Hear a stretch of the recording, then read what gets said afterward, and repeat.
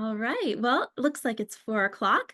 I'd like to thank you guys all for being here for this wonderful webinar we have prepared for you today. My name is Corrine Heck. I'm the founder and CEO of Details Flowers Software, and I'm also a volunteer for Seed Your Future. I wanted to first start by making sure to thank all of the generous sponsors who make this webinar possible. Without their donations, we wouldn't be able to bring this free material to you. So I'm just going to quickly run through all of the people to thank, which is Longwood Gardens, Ball, Cortiva, Syngenta, the American Flower Endowment, Proven Winners, White Flower Farm, Bailey, Walters Gardens, Smithers Oasis, and Green Circle Growers.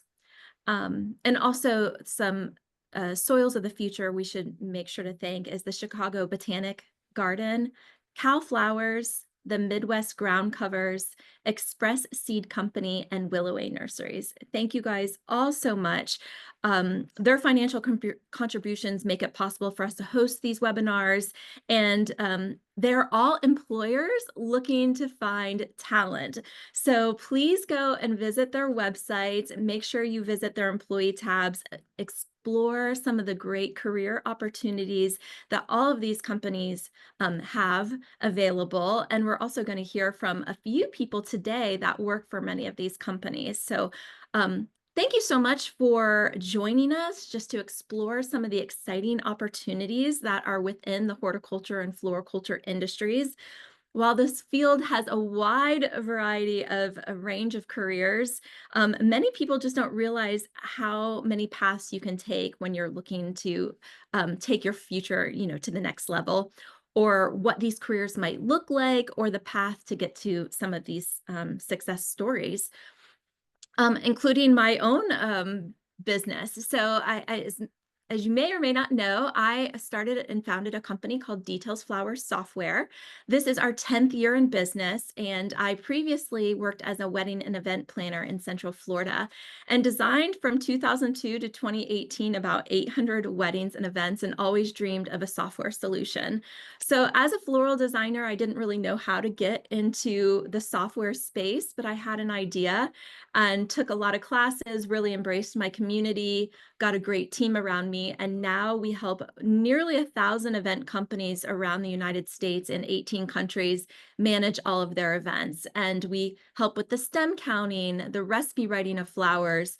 We also connect them to all the breeders and growers of flowers. So one of the most exciting parts of the business, I think, is all the data analytics.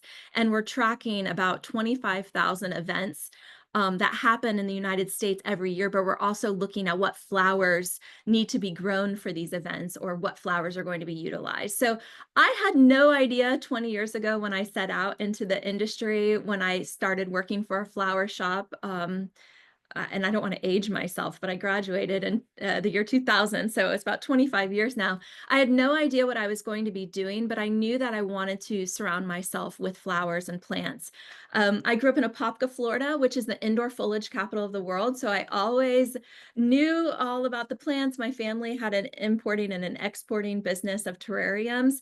But it wasn't glamorous enough for me. I really wanted to get and deal in high-end weddings and events. And so when I finished at the University of Florida, I immediately started working for a flower company, and they had me running all their computer systems, which was really great, but I wanted to design. So it was after working for an import company out of Miami, selling boxes and boxes of flowers, that I decided it was finally time for me to venture out onto my own and start my own business. But that comes with so many different layers, and there's not really a rule book on how do you start an event or wedding and event company.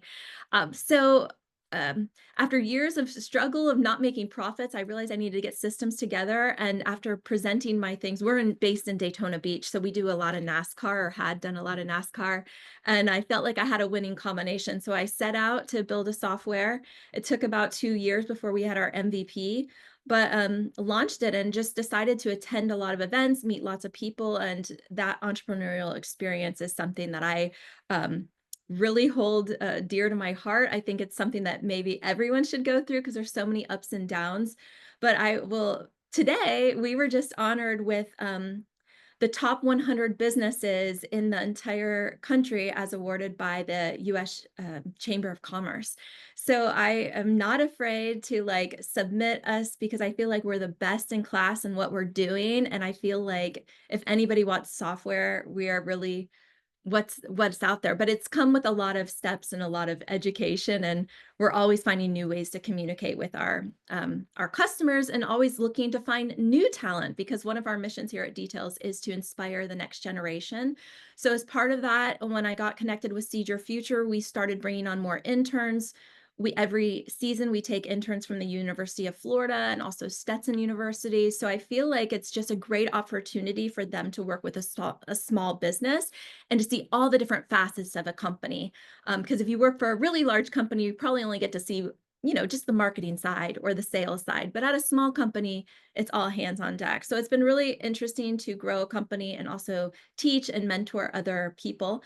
And the more I get involved with different organizations, I meet all these really wonderful people. And that's where I ran into Jasmine, who's the executive director of Seed Your Future. And I thought, I really want to be a part of this, because I feel like when I got into the industry, I didn't recognize that there was more just to working with your hands in the soil, right? I thought I can't really follow along with what my family's doing because I don't really want to be that hands-on. I wanted to be my strengths are in data analytics and computers. So in this industry, there's just so many different ways, from marketing to social media to logistics to plant science to biology to all these different really unique things. There is something for literally everybody. And one of the common threads that I hear from people far and near is that once they're in this great industry and they see all the wonderful people, I think it's because we deal with plants. We're just all so well-adjusted and happy people generally, right? So anyway, I just wanted to kind of open your eyes to some of the things that I did as an entrepreneur. I really studied strong in marketing, but I had a very good customer service background, which got me into selling high-end weddings and events. And then Sure that you have the time and a problem, with how do we track all this data? So it really opened my eyes to some other ways that I could become a problem solver for my industry, which might not be the path that everyone is on, but I found that it was a really interesting thing and it brings me a lot of joy.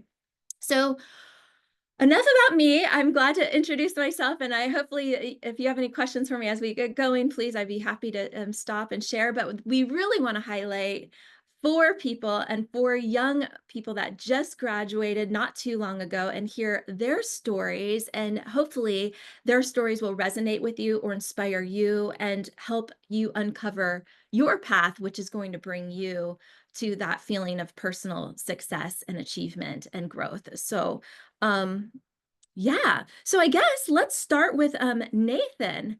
Nathan, hi, welcome to Seed Your Futures. Hi there. Are. Yes, nice to meet you. Thanks. Yeah, so Nathan, I have here a short bio on you. I'm just going to read it, and then you fill in all the blanks, okay? So Nathan's horticulture story started as a teenager at a local nursery. Sounds familiar. Where a love for plants quickly blossomed into a career. After opening his own greenhouse and nursery business, he pursued a degree in horticulture at Kansas State University, where he uncovered a passion for research, followed by a PhD. See, gosh, oh my gosh, at the Ohio State University, go Buckeyes, focused on sustainable solution for plant health. Nathan, share with us more. All righty. Well, thank you very much for that. I'm so excited to be here today with all of you in this fantastic panel to talk about opportunities in the horticulture industry. What I'm going to do now is sort of share my personal journey, more than just kind of what's in that bio, but really how it got started, the many twists and turns along the way, and what I've learned, because horticulture is a field that is so much bigger and more rewarding than most people realize at first. So I hope is that by the end of my story, you'll see how many doors this industry can open and maybe even picture yourself in one of these roles.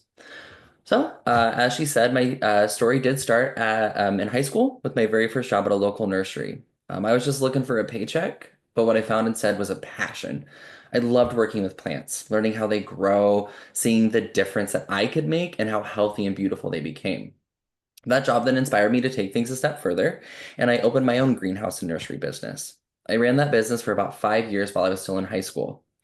Looking back, there were a lot of ups and downs, but that experience shaped me in so many ways. It taught me the basics of plant production, but also how to work with customers, how to manage time, and what it really means to be responsible for something that's yours. So then by the time I was ready for college, I knew I wanted to pursue horticulture a bit more seriously. So I did enroll at Kansas State University to get my bachelor's degree in horticulture. One of the best decisions I made while I was there was taking advantage of internships. My first was with Isley Nursery in Oregon. I worked as a production intern, and it was a great experience. But here's the thing, it actually taught me what I didn't want to do. I realized that large scale production wasn't really the right fit for me anymore, and that was just as valuable as discovering what I did want. Because sometimes crossing things off the list is just as important as adding to it. My second internship was then at Ball Horticultural Company in their research and development department. That was a turning point. I got to be part of trials, look at new varieties, and really dive into the science behind plants. That's when I realized that research was really where my passion was. So knowing that, I went to Ohio State to pursue my PhD in horticulture. Graduate school gave me more than just research skills. It gave me the chance to collaborate with industry leaders, to network with people doing cutting edge work, and to see just how many directions horticulture could take me. It also taught me persistence, because rarely research goes as planned. Many experiments fail, results are going to surprise you, and you have to keep learning and adapting. Those problem-solving skills are something that I still use every single day. After finishing my PhD, I took a role managing research and development for a hydroponic produce facility. It was hands-on, practical, and gave me a whole new appreciation for diversity of horticulture careers. Then something unexpected happened. A recruiter reached out to me on LinkedIn about a role called a technical services manager at a plant protection company. At that moment, I'll be perfectly honest, I'd never even heard of this type of role before. When I thought about horticulture careers, I thought about growers, researchers, extension specialists, but never something like this. I almost didn't even respond, but I remembered a piece of advice that I'd been given early in my career. Always take the interview, even if you're not sure that this job is a right fit. Interviews aren't just about you being evaluated for that specific role. They're about you learning too. There's a chance to see what's out there, what skills employers are looking for, and sometimes they can open doors that you didn't even know existed. So I interviewed, and what I found is that this role was almost designed for someone with my background.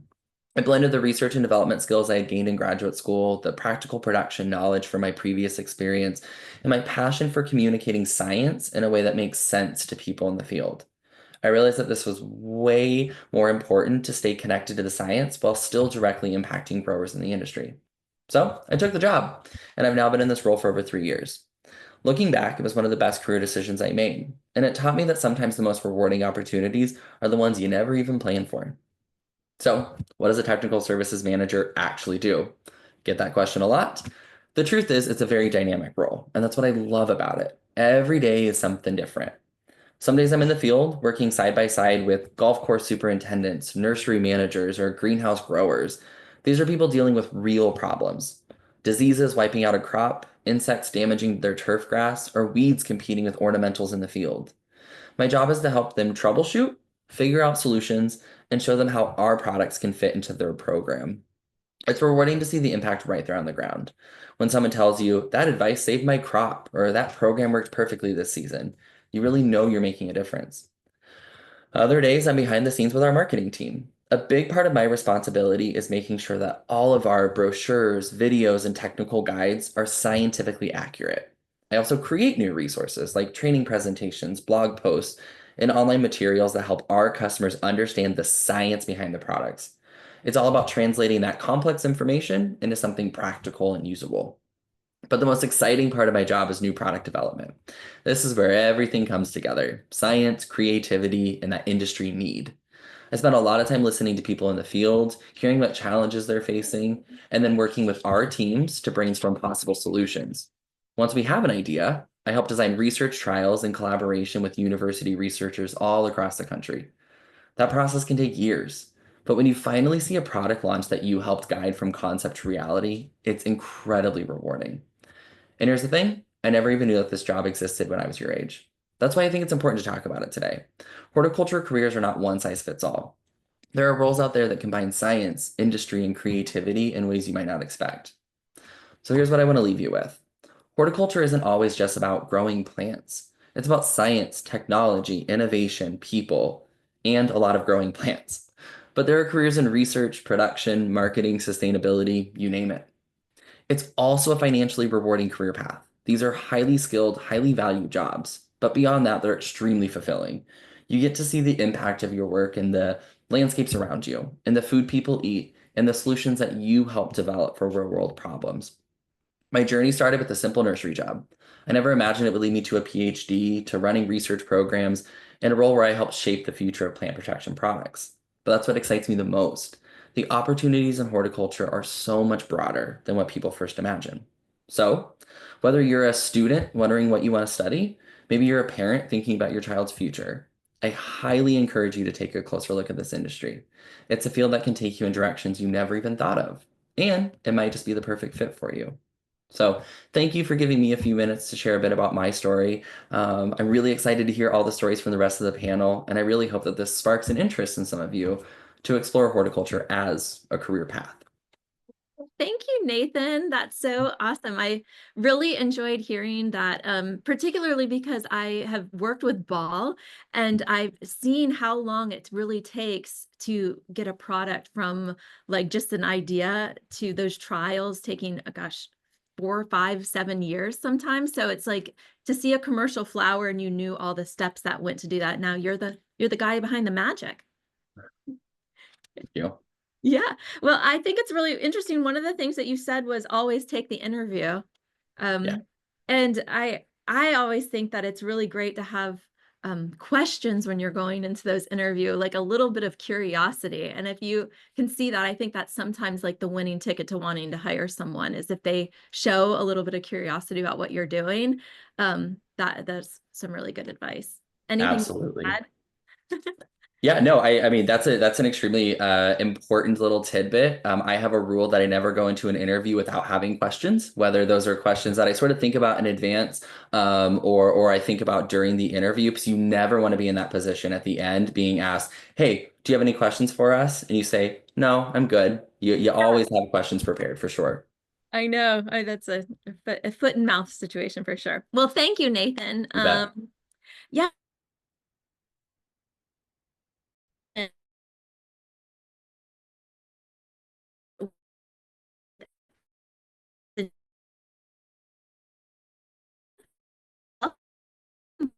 Lauren. Yes, I'm going to just Lauren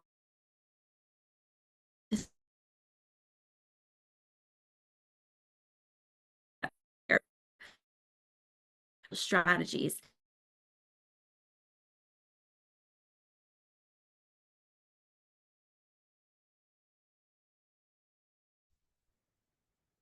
Sorry, not sure what happened there. Lauren, are you with us?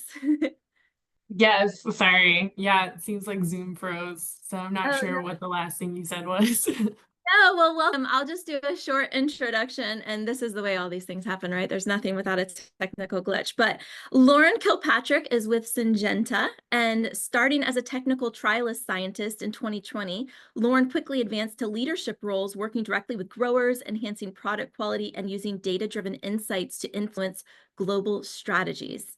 Now, as technical trial manager, she leads her team in delivering product knowledge, aligning markets worldwide, and creating impactful marketing materials.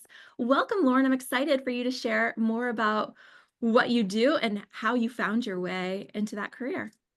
Thank you so much. And yeah, thank you again for having me. I think it's always really important for people to kind of share how they got where they are, because just like I'm sure many of you, and also like Nathan shared, what the role I'm in now, I had no idea even existed when I was a student.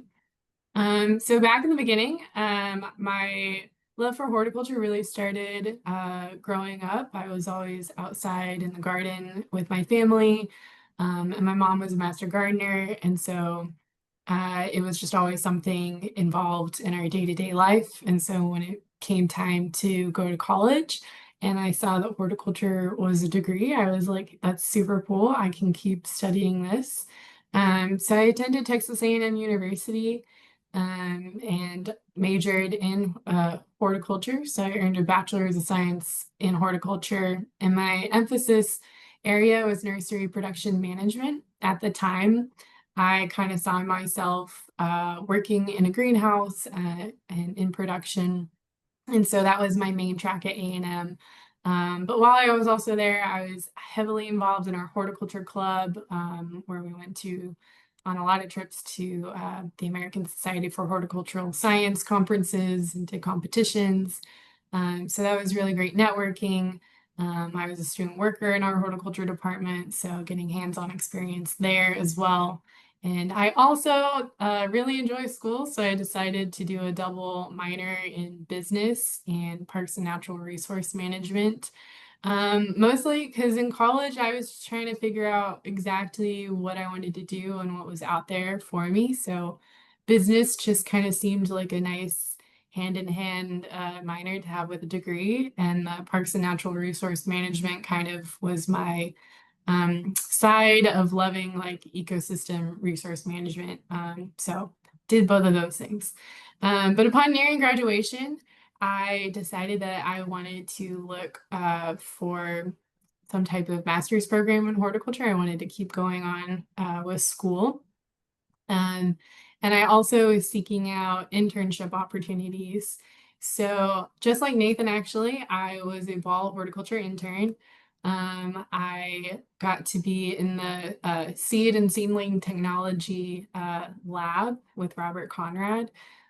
So it was a really cool summer. I had never been exposed to a horticulture breeding company before.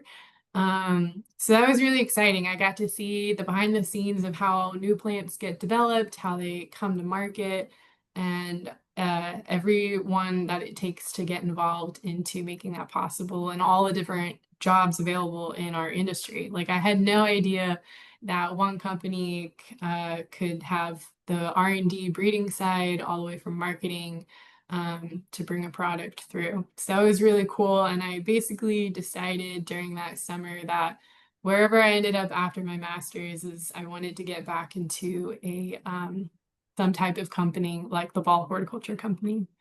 So after my internship, I went on to NC State University, where I earned a master's in horticulture degree. There, my research was in implementing wildflowers into managed turf grass systems.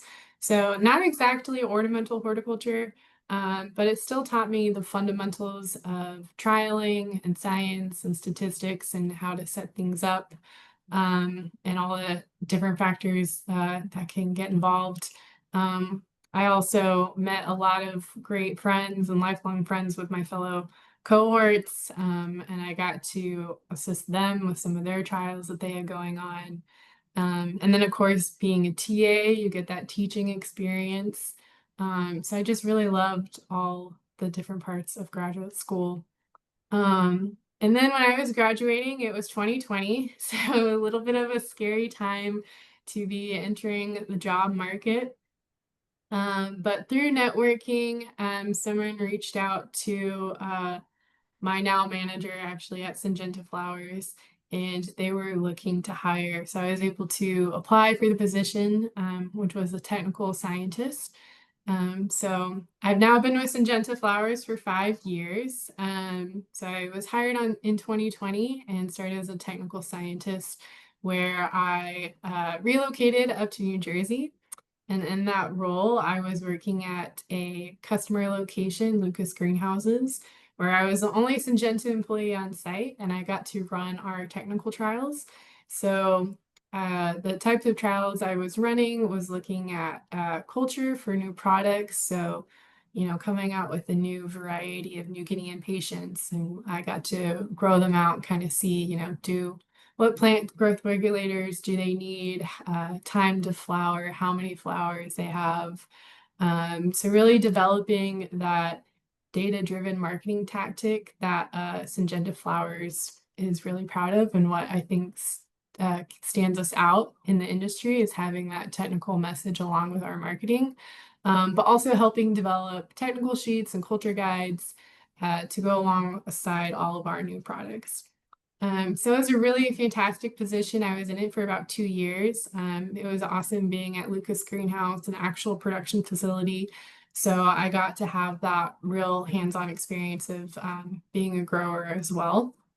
From there, I moved into a technical lead position, which they now are called area managers with Syngenta Flowers. But anyway, for that technical lead position, I actually got to become more customer facing.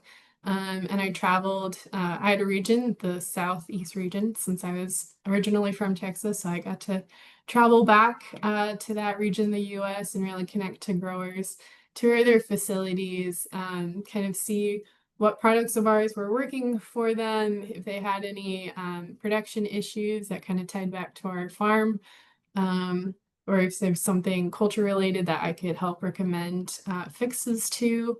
I could set up trials for them to test our products. So that was a really rewarding experience. And then about a year and a half ago, I became the technical trial manager, so the position I'm in now. So it was really nice to be able to take the two experiences that I had starting with Syngenta, being the technical scientist, and having that more customer facing role, and now becoming the technical trial manager. So now I manage our trialing team. So kind of coming back into that space. Um, and what I love about this job is that it's something new every day and it's very cross collaborative. So I get to work with our breeders, product managers, and marketing team to kind of design and set up trials about our products that we need to learn more information about, and then turn that information into something that can be a customer facing document or something we can use internally to kind of support us and then also support our customers. So that is my story. Awesome. Thank you, Lauren. I picked up a few things from that. I think that one of the things that you said that I think is really gold is like networking and all the networking that you did while you were in graduate or, finishing up your master's degree and just meeting so many people. I think so much of our net worth is attributed to our network and how you use that. But I think what immediately struck me is when Syngenta stumbled across you from this networking, they were like, wow, she is someone that we really want to bring on because I can hear your enthusiasm and how you work almost as a brand ambassador for what they're doing. And I can hear how much you love what you're doing. And that's exactly why they would put you out onto the field to talk to all their customers because you're probably the best forward-facing person for them. And once you figured that out, now it's like, oh, well, she knows how we like it. Let her manage all the rest of the people. So it really comes to show your people skills as well as your understanding of what the research is doing and how you're helping. And I think that you're a really great ambassador for Syngenta. So thank you for sharing your story. Thank you so much. Yeah, my pleasure. All right, up next is Whitaker Knight. Welcome, Whitaker. Hey, how's it going? It's going great. Thank you. I'm just going to read a short bio about you for all of them, and you can fill in the gaps of what this doesn't highlight. Whitaker Knight is from Auburn University. It said you are a horticulture and landscape design expert with nearly 10 years of experiencing managing high-end residential, commercial, and public landscapes. A graduate of Auburn, he's overseen everything from the PGA tournament grounds to large-scale public parks and now serves as the residential account manager at Coastal Shores Landscaping. Wow. Tell me what I missed. Yeah, so I grew up in Auburn, born and raised. Decided to stay there and studied horticulture. They've got a great horticulture program. In high school, I kind of did yard work growing up just to make a little extra money. I liked being outside. I liked working with my hands. I learned about landscape design as a degree, I think, like my senior year of high school, and it sounded interesting, something that allowed me to design and create, but also be outside and work with my hands and see something change drastically. So that's what I pursued. In college, I thought I wanted to pursue public horticulture. That's kind of what piqued my interest, learning and talking to different companies and looking at career options.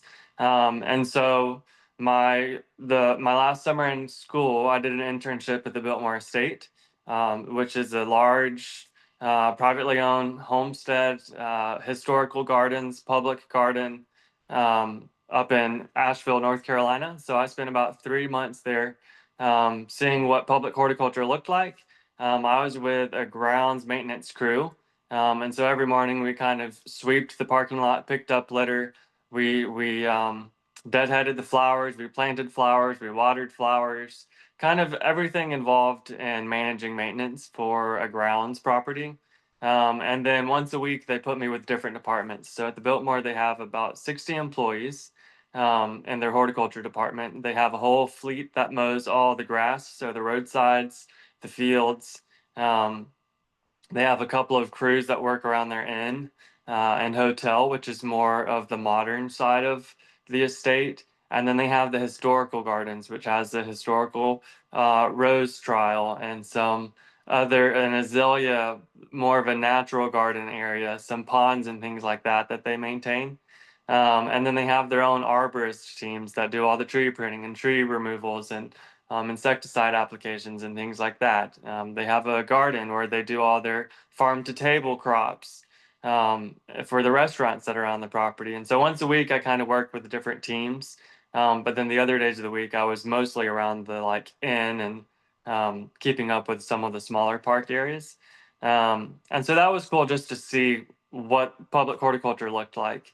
The last week, I was able to follow around the director of horticulture just to see what it took to manage 60 horticulturists, the employees, the gardeners, because I knew eventually after college I wanted to work my way up and do something bigger on a larger scale. Um, and so he showed me around for half a day, and that was pretty cool just to kind of see all the like budgeting and the design stuff and just get a glimpse of it. At that point, obviously, it was way over my head, but it was cool to see regardless. So after I graduated, I actually ended up going into residential and commercial landscape maintenance, working for a landscaping company in Hilton Head, South Carolina. Um, I thought it would be cool to live on an island. And so I took the job, moved from Alabama to South Carolina, got an apartment on the island, and worked for two different small landscape companies for about 4 years. I managed crews, I managed routes, I dealt with the homeowners and property managers just on expectations. We did some small enhancements, some flower enhancement and design. So I got to know some of the local nurseries and um, garden shops for allocating plant material and things like that for our clients. But then eventually I was looking for something more. I wanted something outside of residential commercial. I wanted something that maybe was a little more upbeat and fun. And so one of my professors back at Auburn actually sent me the job for a horticulturist job at Quill Hollow Club in Charlotte, North Carolina. So sent my application. I didn't think I quite had the experience to manage a whole horticulture department, and I knew nothing about golf. I just knew that golf courses had great landscaping, and I knew landscaping, and I loved plants. So I interviewed. I sent my resume. They gave me a call back. And I was completely honest with him. I said, hey, look, I honestly don't know much about golf. I just know that the grounds in the clubhouses are immaculate, and I would love the opportunity to help enhance the grounds. And so my job there was actually just managing like a four-man team of just horticulturalists. And so we did nothing with the turf grass. All of that was the turf grass guys. I took like an intro to turf grass in college, but most of my degree was in ornamentals and design. And so that came in use for the clubhouse. So we did all the clubhouse flowers, the boxwood shrubs. We had courtyards. We did all the shrub plantings on the golf course. And then I also managed our tree healthcare programs with two different professional arborist companies. So they did all the science and the applications and things like that. But I knew enough arboriculture and enough about my trees from college to tell when a tree was sick or when it had insects or when it was diseased. So I may not have had the answers to the problems we had on the golf course, but I knew that when there was a problem and I had the resources to call to come give us the solution. So that was a nice way to see how my education came into practice. Even though I wasn't quite the expert on the situation, I had resources that were 20, 30 years farther than me who were able to help come and treat these things just because I knew something wasn't right. Also, while I was there, we did a lot of large enhancement um, jobs. So I did a lot of construction jobs at the golf course, which was new. Definitely a lot larger than the residential ones. We were planting like 4 6-inch caliber live oaks. I think we planted like 200 one summer in the front parking lot area. We installed a 24-inch caliper live oak in the middle of July, just because the golf course president wanted one off the driveway. So that was cool. We had like a huge 18-wheeler crane drop it in. So a lot of experience there. I ended up moving back to Hilton Head after a couple of PGA tournaments. Loved being by the beach and worked for the town of Hilton Head Island, where I managed the landscaping grounds. So all the public parks on the island, the roadsides, beach parks, tree management over the pathways and roads. Most of that was just managing contractors. So we had like 5 different landscape companies that worked for us. And with all my experience from the past, I was able to kind of direct these companies on what our expectations were for the roadsides versus what we wanted done in the parks, and then also managing the trees for safety of the pedestrians driving around the island. Um, and Yeah, so I so, have a question for you on yeah, that. Do you like directing people more, or do you like doing more hands-on where you actually are, plotting where you're going to plant these things based on different, what would you say you appreciate more about that? I think now, farther into my career, I think I like directing. I like having the vision and casting the vision and then letting other people do it. I do think because I've had so many jobs, I also don't have an extensive expertise on one particular thing. A lot of my experience is pretty wide. And so I think because of that, I have like a good knowledge of how everything should be. But I like to get someone who's been doing something for like 5, 10, 15, 20 years, whereas I've kind of dabbled in a lot of different things. So Yeah. my strengths are kind of all over the place. Well, Um, thank you, Whitaker. yeah. Yes. I love hearing that. I love also the Biltmore. So I could sit and talk with you about that all day long. But let's move on to Laura. Laura Brindisi, welcome. Yay, Hi. thank you. I'm going to read a short bio about you. Once Laura knew she knew horticulture was her calling, the next step wasn't obvious. She had to dig in, researching opportunities, building connections, and seeking experiences that would open doors for her professional growth. That determination and self-direction eventually led her to her current role. And I believe you want to do a slideshow that you're going to share with us. Yeah, I could share my slides. Wonderful. Screen.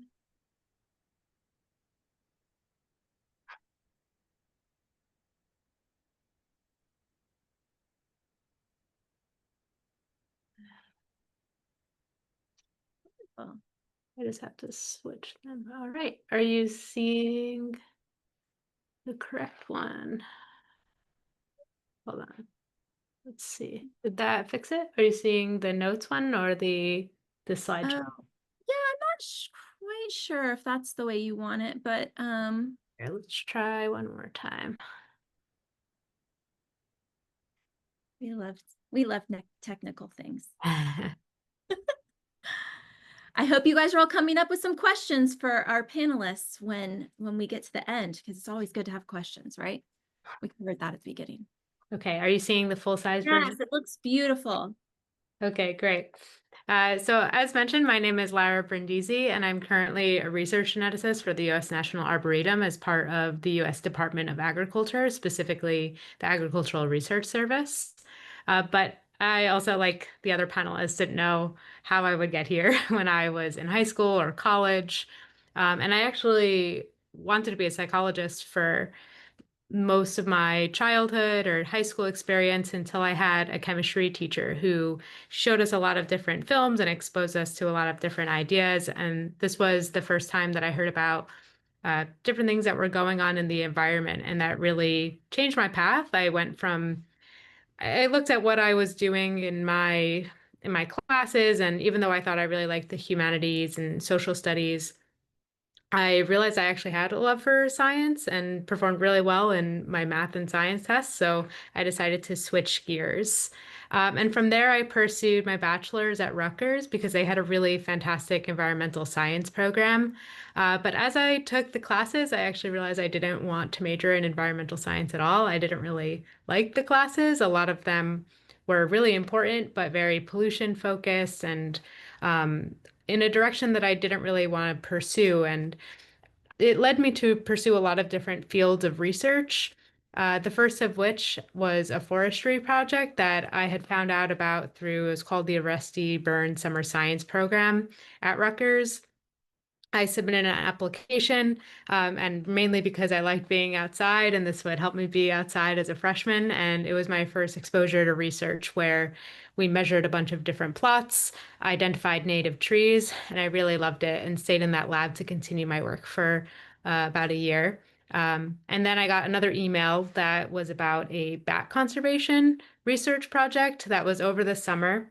And that drew my attention. And for a few more research credits, I spent my nights in the summer researching bats, where we would go out as a team, set up what's called mist nets, and catch them and assess whether or not they were infected with a disease that was wiping out their populations. And then I got another email that I responded to and applied for a research experience in marine biology, where we looked at coral reef conservation. And so I actually got to go on a trip to Florida, which is probably a large reason of what drew me to this experience, but doing different assessments of if there was a surviving population of sea urchins and how that might affect coral reef health. And for my senior thesis, I worked on a microbiology project where I was looking at endophytes in tomatoes. And over these years, I also had, of course, some brief experience in horticulture where I was working on cross-pollinating basil. And I looked at all of these different research experiences, and I knew I wanted to continue working on my degrees, and my thing I was best at was being a student. So I was interested in pursuing a PhD, but I had all these diverse interests. And when I looked at my different research experiences, I realized the ones that I liked the best involved plants, and they really united my interest in food and forestry, and the environment and environmental remediation and conservation. And so that's what led me to continue my work with my PhD at Rutgers. I had a really great opportunity to continue my work on basil there, but I also had the ability to explore other projects in international development, which brings me to my next slide, since my education is maybe a little bit boring on this map. But my condition actually for continuing to do my PhD at Rutgers, I told my professor if I'm going to stay in New Jersey, then I would really like to have international experience. And I not only did research in New Jersey and Florida, but I expanded to investigating sack gardens and urban gardening in Kenya.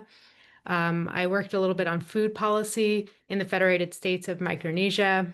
I also traveled to Taiwan to do an internship on peppers. And this one I actually had found out about because I was just talking with a potential colleague at a conference, and he invited me to join him at the research station. So sometimes these internships happen rather casually. They're not always an application, but you never know who you'll meet. That could lead to a really exciting experience. And I also volunteered with Farmer to Farmer, a former USDA program, where I worked with farmers on cacao plantations that were working on introducing biocontrols and trying to use that to control disease in their forests. After that, I pursued a postdoctoral experience. So this is called a postdoctoral research associate position at Cornell University, where I looked at studying the wild relative of maize. And the reason that I wanted additional experience beyond my PhD was to gain more bioinformatics experience, since I saw that that was really where all of the genetics research was going after my PhD in plant breeding, and genetics was more field focused and wet lab focused. That was the niche that I wanted to fill in more thoroughly. And that led me to my current position now, where I'm currently a research geneticist for the USDA ARS. And so my two main job responsibilities are developing new cultivars of landscape trees and shrubs, and identifying genes related to pest disease, environmental stress, and ornamental traits. And this job really ties in a lot of my experiences. I like to think that being a plant breeder is for people who are often generalists. We like to do a lot of different things. We like pathology. We're excited by different crops. We like genetics and breeding, but this type of field enables me to do all of those different interests, and work with all different people and teams. So that's what led me down this path. Thank you, Laura. I'm always so fascinated by your education and the depth of your studies and just how far you've traveled.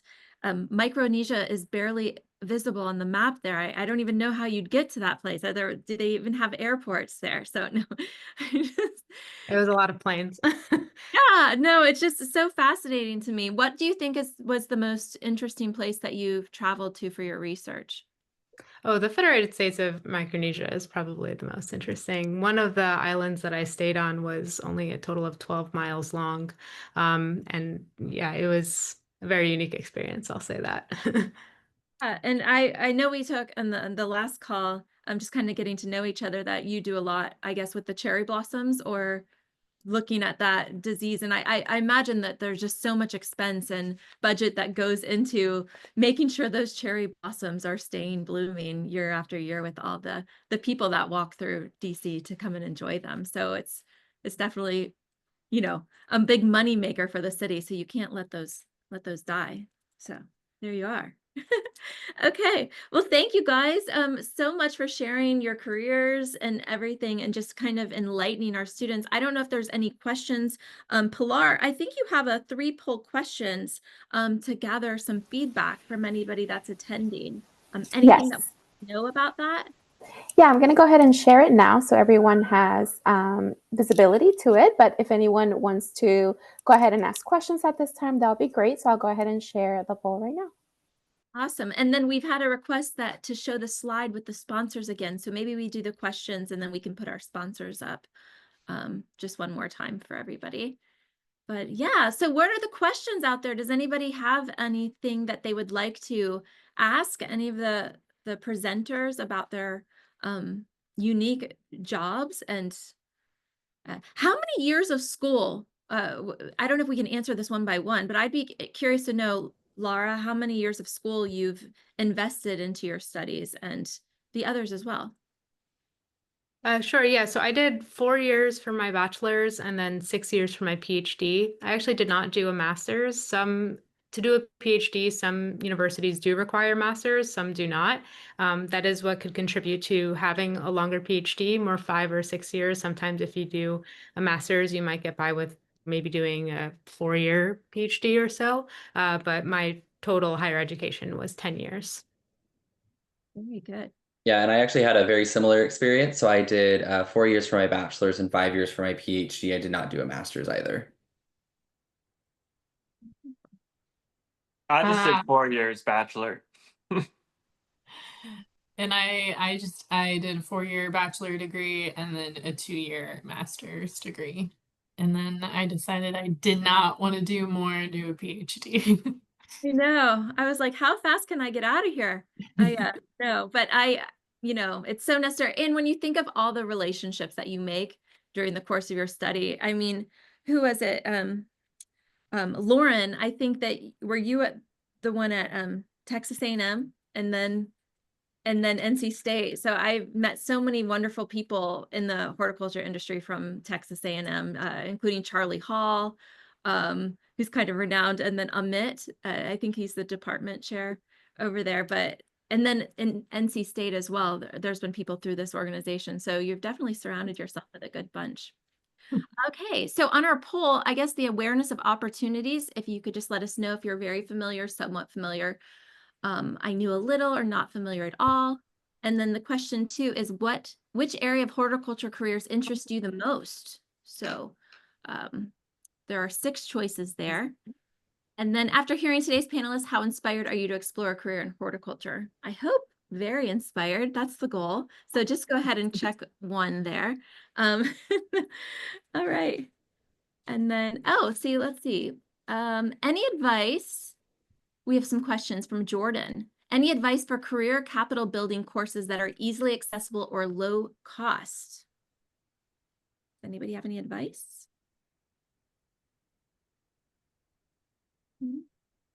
I mean, I feel like there are a few schools that are more technical schools that could offer some training, or like a garden center. But if you're wanting to do the genetics and so forth, I would definitely say you need higher education. But anybody have any suggestions for Jordan? No? Not specifically, but I do know you can get like horticulture certificates or like associate's degrees and stuff like that from those trade schools. So you don't always need a bachelor's or a bachelor or a master's to get into the industry. Any education is fine. And honestly, if you start working with some of these landscape companies or nurseries, you can work your way up into management and then also build opportunities from that. So there's so many different jobs in the industry with different various layers of education that's needed. So it's pretty wide range of opportunity there. Awesome. We have another question from Henry. What is your greatest piece of advice for someone who is close to graduating college with a degree in horticulture? I think the biggest advice is, well, hopefully you have an idea of what you would like to do. And from there, I highly suggest networking. So attending conferences, or things that are close to you, reaching out to people on LinkedIn is also a great way to just say like, hi, I'm interested in hearing about your company. And that way you kind of get a sense of idea of what's out there. There's lots of jobs being posted every day on company websites. So starting there too. I think it kind of depends on what you're interested in now. Would you mind putting up the sponsors up, and they can maybe look, because I know all of these companies are hiring. So I think the best, write a really nice letter, maybe follow it up with a call, maybe bring your resume to them if you're very interested in working for a company and the expense is not that far. I think that kind of proactive, definitely it puts you top of mind when people are looking for like, who's the candidate that's most interested in what we're doing. So I think that's some really great advice. All right, so how can we help high school age students have immersive experiences as a junior or senior so that they can make more informed decisions about the next steps? Does anybody want to give any advice about internships? Yeah, I would think as high schoolers, any way that you can get them exposure to, I mean, maybe it's working with a local nursery or garden center. I'm sure any of those would be more than happy to welcome a group of students. But even outside of that, thinking about your local universities, is there a way that they can sort of shadow in some of the horticulture classes and getting some experience maybe just outside of just a retail garden center or a production nursery? So just thinking about where those opportunities are, and know that the horticulture industry is extremely welcoming and inviting, and as a whole is always looking for to support the next generation. So don't be scared to ask for those sorts of favors, because I can imagine you will always be pleasantly surprised by the answer. Yeah, and there's a number of conferences. I know within the floral industry, especially, we have quite a few different events that take place every year, from a national convention to different symposiums to lobbying on Capitol Hill. And for the horticulture side, I know there's something called Cultivate, I believe. And there's also, it happens in January, I think in Florida, there's like a foliage conference of some sort. So definitely I would do more research, and we can definitely have those posted so that you can see the different events that are happening. But those are always great places. And there's always something for the next generation at these events, or like mini career fairs. And I also would say the FFA program is a great way to get your hands into horticulture early on, especially in high school. What would you say you had more success networking in academic fields or in your professional careers?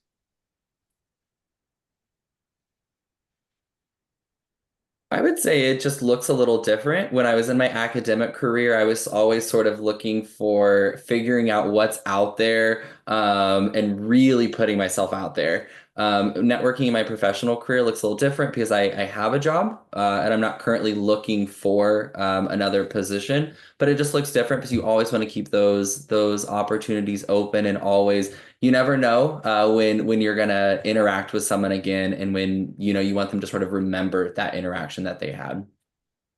Yeah, and I would just echo Nathan on that. And I think the cool thing about transitioning from a student into having a career in horticulture is that our industry, while there are so many different opportunities, it is relatively small. So you tend to continue interacting with the same people that you meet, a few years back in grad school, and now we all have positions in the industry, and you can stay connected through that way, and your network continues to grow.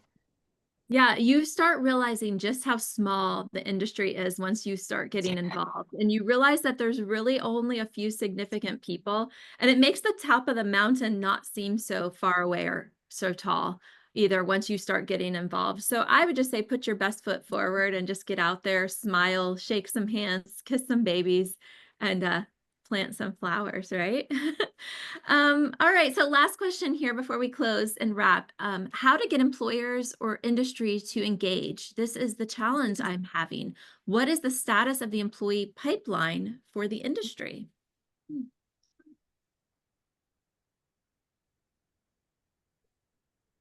I guess it's just persistence and consistency pays off. So it depends on how insistent you might be to get that job. I don't know. Well, anyway, I don't know if anybody has anything to add to that, but thank you guys. I enjoyed hearing from all of the panelists. There's definitely going to be a survey that gets sent out to everyone who attended or if you registered. So please give us any feedback. What would have made this more exciting or more interesting or more thoughtful? But we really did try to put together an exciting array of people in all different fields from all different neck of the woods to just to kind of give you an idea of what the possibilities were. So from myself and the staff here at Seed Your Future, I want to thank Nathan, Lauren, Whitaker, and Laura for sharing your time with us today. And if you guys have any other questions, please feel free to email us over. And we look forward to seeing you guys again at the next one. Thank you guys so much.